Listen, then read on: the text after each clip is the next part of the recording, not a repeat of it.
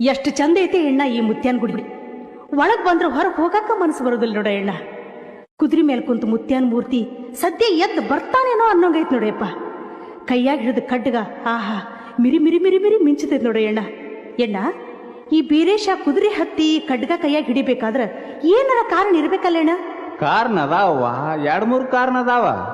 ಮಾಯವನ ಹಬ್ಬಕ್ಕೆ ಹೊಂಟಾಗು ಕುದುರೆ ಹತ್ಯಾನ, ಕ್ವಾನೇಸೂರ್ ದೈತನ ಮರ್ದನ ಮಾಡಾಕ್ ಹೊಂಟಾಗು ಕುದುರೆ ಹತ್ತಿ ಕಟ್ಗ ಹಿಡ್ದಾನ. ಇನ್ನೊಂದ್ ಏನಂದ್ರ ಗುಡಸಾಗರ ಅನ್ನೋ ಊರಾಗ ಈ ಸಿದ್ಧ ಬೀರೇಶನ್ ಭಕ್ತರು ಬಾಳ ಏನವ. ಅವ್ರೆಲ್ಲರೂ ಒಂದಿನ ಕೊಣ್ಣೂರ್ ಜಾತ್ರೆಗೆ ಹೋಗ್ಬೇಕಂತ ತಮ್ಮ ಕುರಿ ಕವಲ ಮಾಡಾಕ್ ಒಬ್ಬ ಆಳ ಮನುಷ್ಯನ ನೇಮಿಸಿದ್ರು. ಮನೆಯವರೆಲ್ಲ ಜಾತ್ರೆಗೆ ಬಂದ್ರು.